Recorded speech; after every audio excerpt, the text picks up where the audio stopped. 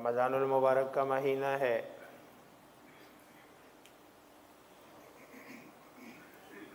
अल्लाह तबारक व तआला की तरफ से रहमतों की बरसात है, रहमतें बरस रही है, बरक़ात अनवारात का नुज़ूल हो रहा है। बस हमें अपने अपने बर्तन सीधा रखने की ज़रूरत है, क्योंकि अगर ऊपर से कोई चीज़ आ रही हो और बर्तन उल्टा रखा हुआ हो तो ऊपर से आने वाली चीज़ का बर्तन रखने वाले को कोई फ़ायदा नहीं होता। ऊपर के अनवारात, ऊपर के बरक़ात, समारात, तजल्लियात वो बंदा समेटेगा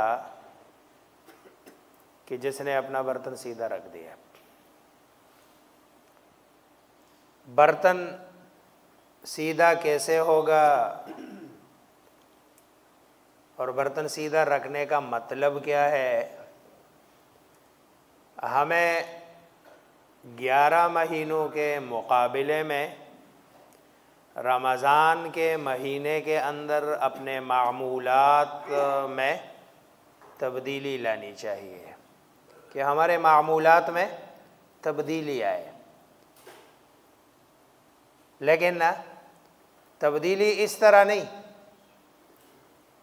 कि 11 महीने में हम 6 घंटे 7 घंटे, बहुत ज़्यादा तो 8 घंटे सोने का मौका मिलता है, रमज़ान में 18 घंटे सोने का मौका मिल जाता है। इस तरह की तब्दीली नहीं, ये मनफी तब्दीली है। ये बर्तन उल्टा भी किया और ऊपर कोई चीज़ भी रख दी ताकि इसके पिछली साइड में भी कोई क़तरा न लगे।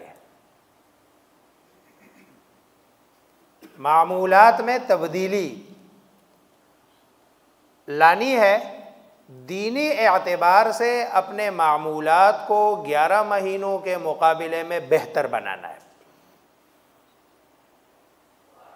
नमाज का अगर 11 महीनों में एहतिमाम नहीं था तो रमज़ान में 5 वक्ता नमाज का एहतिमाम हो। अगर 11 महीनों में नमाज का एहतिमाम तो था लेकिन बाजमात का एहतिमाम नहीं था तो बाजमात नमाज पढ़ने का एहतिमाम किया जाए, उसमें बेहतरी लाई जाए। अगर फ़राइज़ का एहतिमाम था लेकिन सुन्नतों में कमज़ोरी थी, यहाँ सुन्नतों की कमज़ोरी दूर की जाए। अगर सुन्नतें भी अदा करता था लेकिन नवाफिल का कोई ज़्यादा खातिर खा और एहतिमाम नहीं होता था तो इस महीने में फिर नवाफिल का भी एहतिमाम करें। यानी दीनी एतबार से इंसान के आमाल में मुस्बत तब्दीली नज़र आनी चाहिए, तब जाके बंदा रमज़ान के बरक़ात से, अनवारात से मुस्तफ़ीद होगा।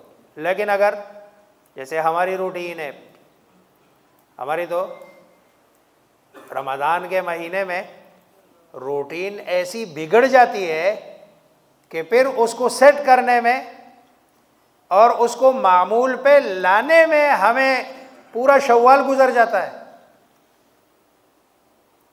पूरे शव्वाल में हमारे वो नींद की रूटीन सेट नहीं हो रही होती है। वो सारा शव्वाल भी बंदा, हालांकि 11 महीने बंदा एक टाइम है सुबह उठने का, उस पर उठ जाता है, फिर सारा दिन काम करता है, फिर शाम को वापस आता है, फिर अपने बच्चों के साथ गोया एक रूटीन सेट की होती है। लेकिन रमज़ान में हमारी नींद की रूटीन इतनी ख़राब हो जाती है कि फिर अगला महीना उसको सेट करते करते, क्योंकि रमज़ान में तो चलो कहीं से काम करने की रिलैक्सेशन मिल जाती है, फिर रमज़ान के बाद तो रमज़ान तो हमारे लिए एक गोया पैकेज है दुनियावी एतबार से। हालांकि हकीकत में ये दुनियावी एतबार से पैकेज नहीं है, ये आखिरत के एतबार से अल्लाह की तरफ से पैकेज है। वो एक सुन रहा था उस दिन, कहता है किसी ने लिखा था कि जापान में कोई मुसलमान किसी दफ्तर में काम करता था, तो उसके साथ एक लड़की भी काम करती थी। तो रमज़ान का महीना आया तो दोपहर का इसने खाना पीना छोड़ दिया मुसलमान ने। तो वो जापानी लड़की ने पूछा, भाई क्या है ये आपका? तो उन्होंने कहा, ये असल में हमारे यहाँ हमारे दीन में एक महीना आता है जिसको हम रमज़ान कहते हैं। उस महीने में हम खाना पीना तो छोड़ ही देते हैं, लेकिन असल काम उस महीने में झूठ मतलब गुनाह है और फ्रॉड धोखा ये काम हम नहीं करते हैं। तो उन्होंने कहा, खुशकिस्मत हो, हम तो सारा साल ये काम नहीं करते। आप लोग खुशकिस्मत हो कि 11 महीने तो आपको करने का मौका मिल जाता है, हम इस 1 महीने आपको नहीं करने पड़ते हैं। लेकिन अब रमज़ान का महीना भी, यानी हम जब बैठते हैं ना आपस में, किसी भी मजलिस में 2 बंदे 3 बंदे बैठते हैं तो एक जुमला हर बंदे की ज़बान पर है कि भाई हुक्मरान बस, यानी दुनिया के सारे मामलात हम हुक्मरान के खाते में डालकर अपने आप को बरी ज़िम्मा करार देते हैं। भाई मैं हुक्मरान के मुआमले को क्यों देखूं, उस पर मैं क्यों तबसरा करूं, मैं अपने आप को क्यों नहीं देखूं? अगर मैं रेडी वाला हूं, क्या मैं जिस रेडी पे खड़ा हूं, जिस जगह मुझे इख्तियार है, आया मैं अपने दायरे इख्तियार में अदल और इंसाफ से काम ले रहा हूं? क्या मैं अपने दायरे इख्तियार में अल्लाह तबारक व तआला के अहकामात को और रसूलुल्लाह सल्लल्लाहु अलैहि वसल्लम की सुन्नत पर अमल कर रहा हूं? अगर मैं घर का निगरान हूं, घर का निगहबान हूं, घर का सरबराह हूं, तो घर के सरबराह होने की हैसियत से मेरे रब ने जो मेरी जिम्मेदारियां लगाई है, क्या मैं उन जिम्मेदारियों को पूरा कर रहा हूं? हाँ, अगर मैं पूरा कर रहा हूं तो चलो, फिर बंदा पहले बंदा अपने आप को देखे, फिर आहिस्ता अपने आसपास पड़ोस वाले को, फिर इसी तरह चलते चलते रसूलुल्लाह सल्लल्लाहु अलैहि वसल्लम ने भी यही तरतीब और दीन की इब्तिदा भी यही से कि आप सल्लल्लाहु अलैहि वसल्लम पर जब वही आई, इक़रा बिस्मि रब्बिकल्लज़ी खलक़ खलक़ल इंसान मिन अलक़, तो जो अगला हुक्म आया व अंदिर अशीरतकल अक़रबीन, घर से स्टार्ट ले ले, अपने घर की बात घर से स्टार्ट ले ले और अल अक़रब फल अक़रब, पहले अपनी औलाद है, फिर बीवी है, फिर इसी तरह चलते चलते आप जाते जाए। हम स्टार्ट लेते हैं बिल्कुल एंड से कि भाई उधर से ठीक होगा तो नहीं, इधर से ठीक होगा, तो वो चीज़ें खुद ठीक होंगी। अगर इधर से ठीक नहीं है तो भूल जाए इस बात को कि आपको अल्लाह तबारक व तआला नेक सालिह और अच्छा हुक्मरान दे।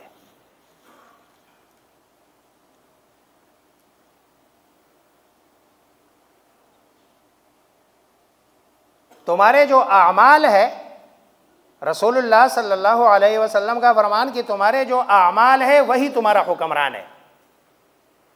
आमालुकुम उम्मालुकुम, तुम्हारे जो आमाल है वही तुम्हारे हुक्मरान है। जैसे करोगे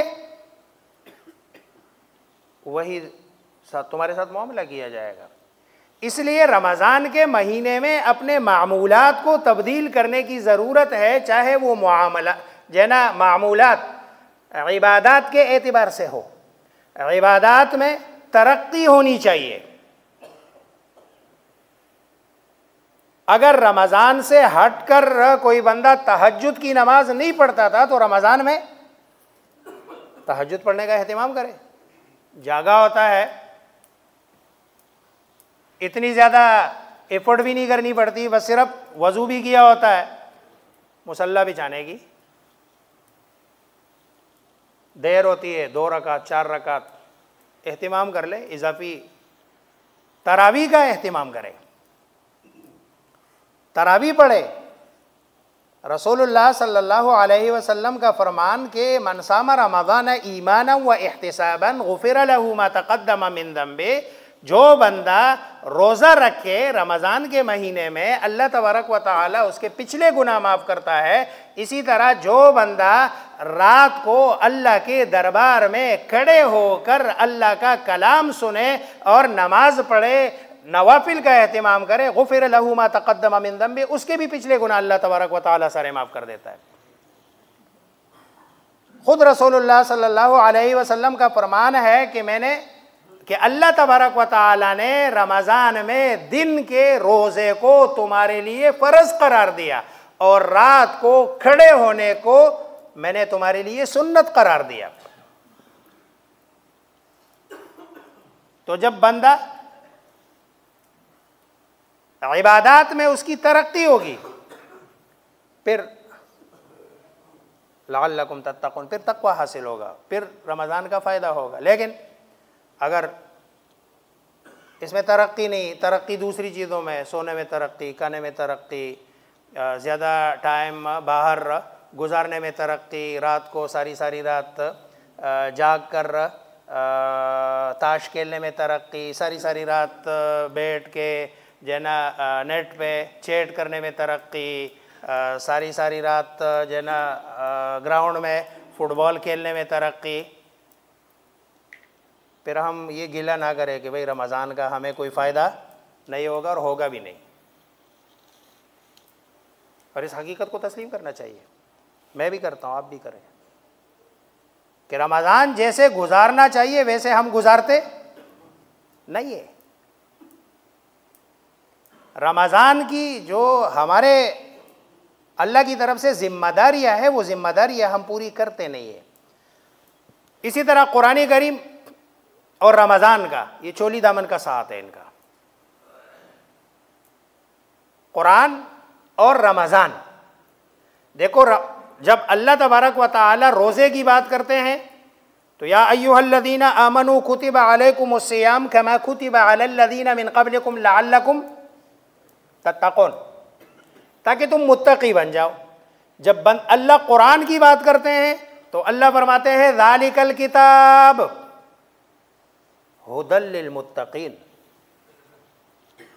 ये आईन है, जिंदगी गुजारने के लिए उसूल है, रहनुमा किसके लिए? मुत्तकीन के लिए। गोया के रोज़ा रख के जब कुरान पढ़ेगा, लेकिन पढ़ना नहीं, सिर्फ पढ़ के समझेगा, वरना रहनुमाई ज़ाहिरी बात है, सिर्फ पढ़ने से रहनुमाई नहीं मिलती।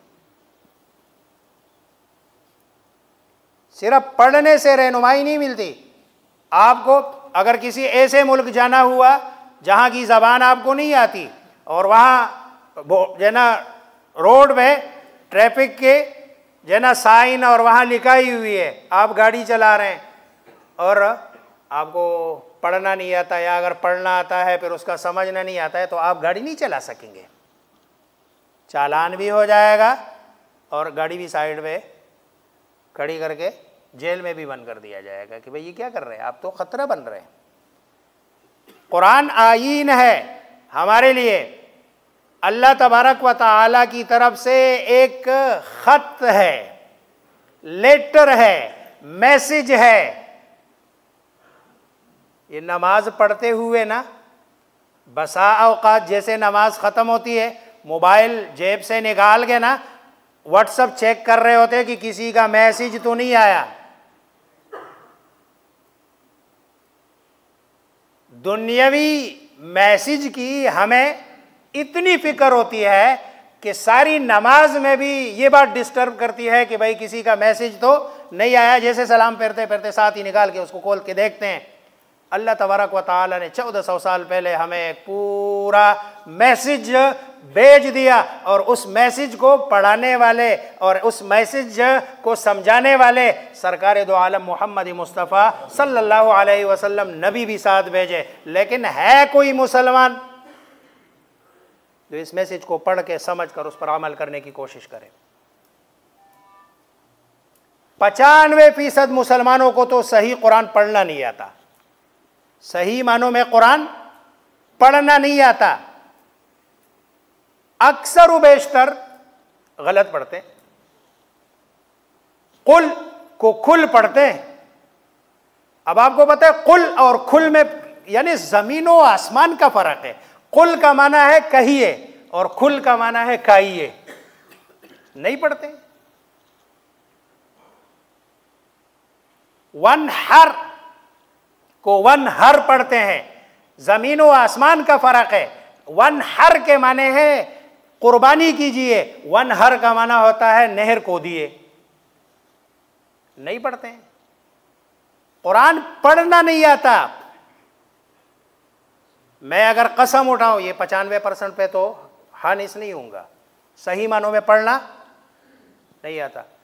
ये जो 5, 6, 7% है ना, इस पर अल्लाह तबारक व तआला का शुक्र अदा करना चाहिए कि हमारे इस मुल्क में जो ना इस तरह के इदारे हैं जो बच्चों को कुरान करीम सही मानों में पढ़ा रहे हैं, और जो ना इनकी खिदमत को सर आंखों पे ले लेना चाहिए। वरना आप सोशल मीडिया पे देख रहे होते हैं कि जो ना बाहर के बहुत सारे ममालिक में एक बंदा खड़ा होता है और आगे तरावी पढ़ा रहा होता है और कुरान सामने खोला हुआ होता है और पढ़ रहा होता है। क्यों? इसलिए कि कुरान याद करने वाला या हाफिज़ कुरान उस पूरे इलाके में या पूरे मुल्क में उनको मिलता नहीं है। ये तो हम पर अल्लाह तबारक व तआला का फ़ज़ल है, एहसान है। हमारे यहाँ हाफिज़ कुरान को मस्जिद नहीं मिलती है, एक एक मस्जिद में 10-10 हाफिज़ होते हैं। आप शहर की मसाजिद में जाए तो अगर वहाँ 3 मंजिल है ना, तो सिर्फ निचली वाली मंजिल पे जो मेन तरावी है वो होती है, दूसरी मंजिल में 4-5 हाफिज़ खड़े होते हैं, 5-6, फिर ऊपर वाली मंजिल में 4-5, फिर